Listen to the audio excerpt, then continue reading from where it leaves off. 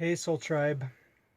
Hope all is well. Hope you guys had a fantastic weekend and are enjoying your week so far. So, I just got back from Sedona on Monday evening, afternoon, evening ish, and it was absolutely incredible. So, I wanted to talk a little bit about that with you because maybe some of you have been called to Sedona or feel that calling to Sedona.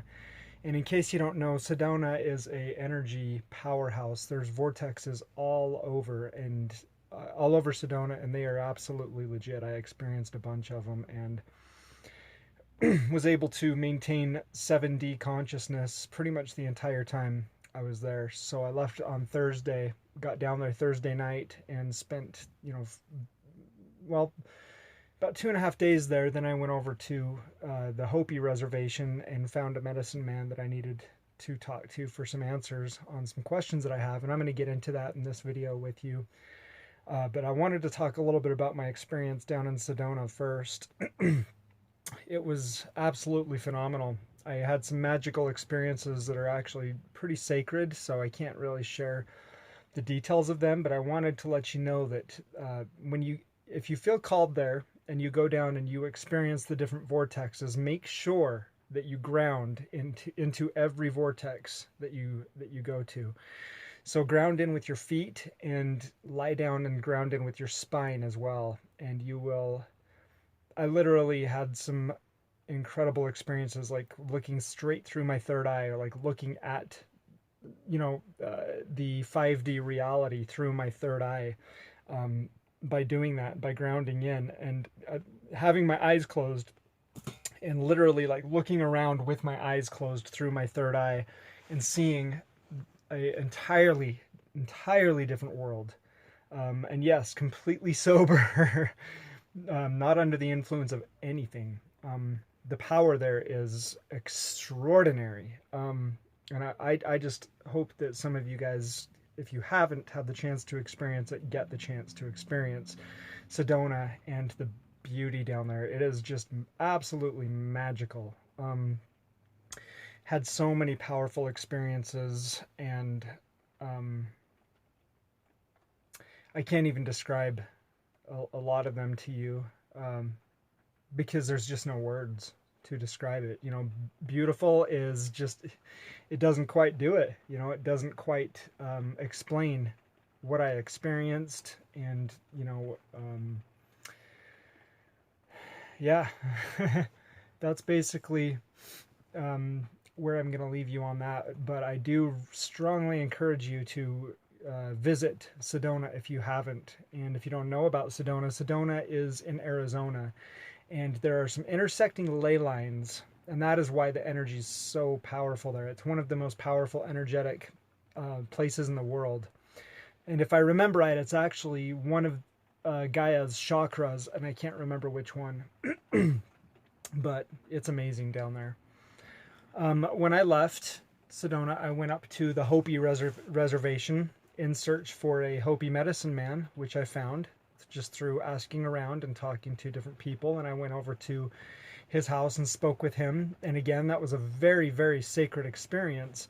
But I want to share with you one thing that I can share with you that was extremely powerful. So when I was a child, I always felt like I had Native American in me, and I just knew it.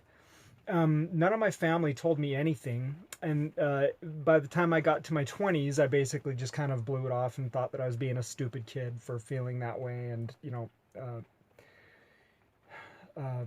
I just thought that it was my imagination and me just pretending.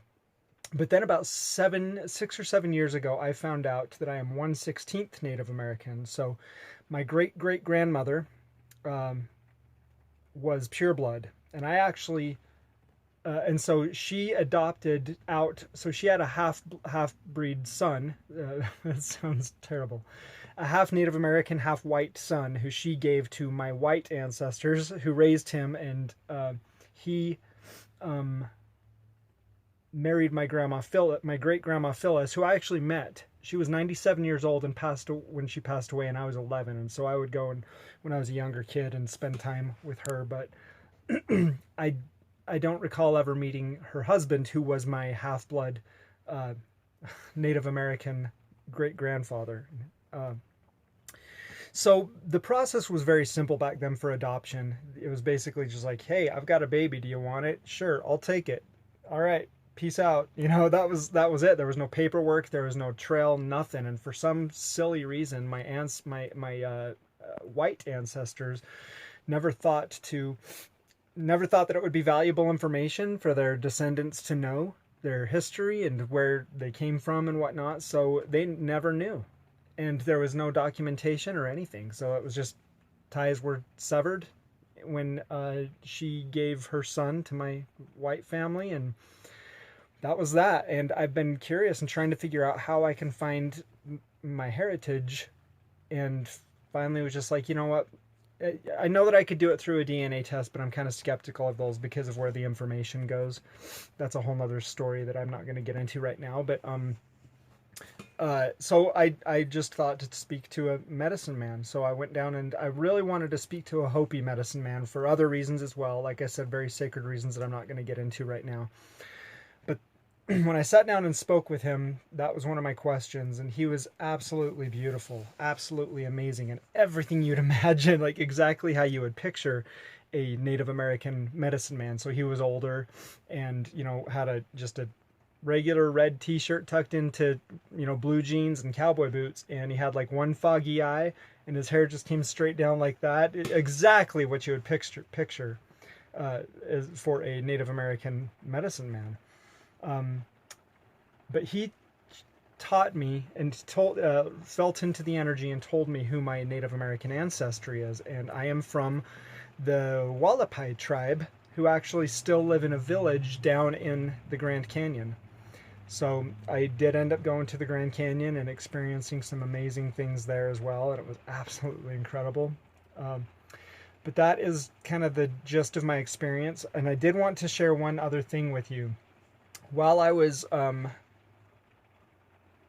experiencing a portal down in Sedona, I received information from my guides about that I have a new name that I'm supposed to go by. Now, here's the thing. It's not really a new name. It's just part of the definition of what my name actually means. But my name actually means dweller of the Beacon Hill, and they want me to go by the name Beacon from now on, because I am supposed to be a beacon of light to help awaken souls. And I've already had experiences in the 2 days that I've been back, helping a couple of people who the universe just brought into my path, and it's just been an incredible journey.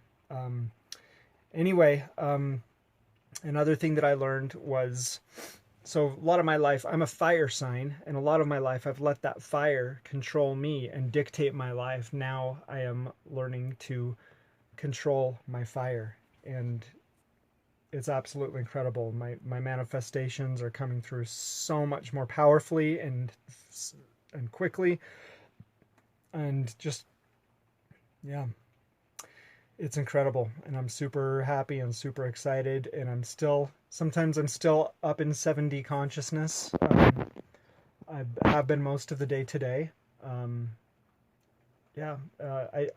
I've almost learned how to stay in 7D consciousness continuously, but some things will bring me back down lower. I don't think I've been back into 3D consciousness since I've been back, not that I can think of.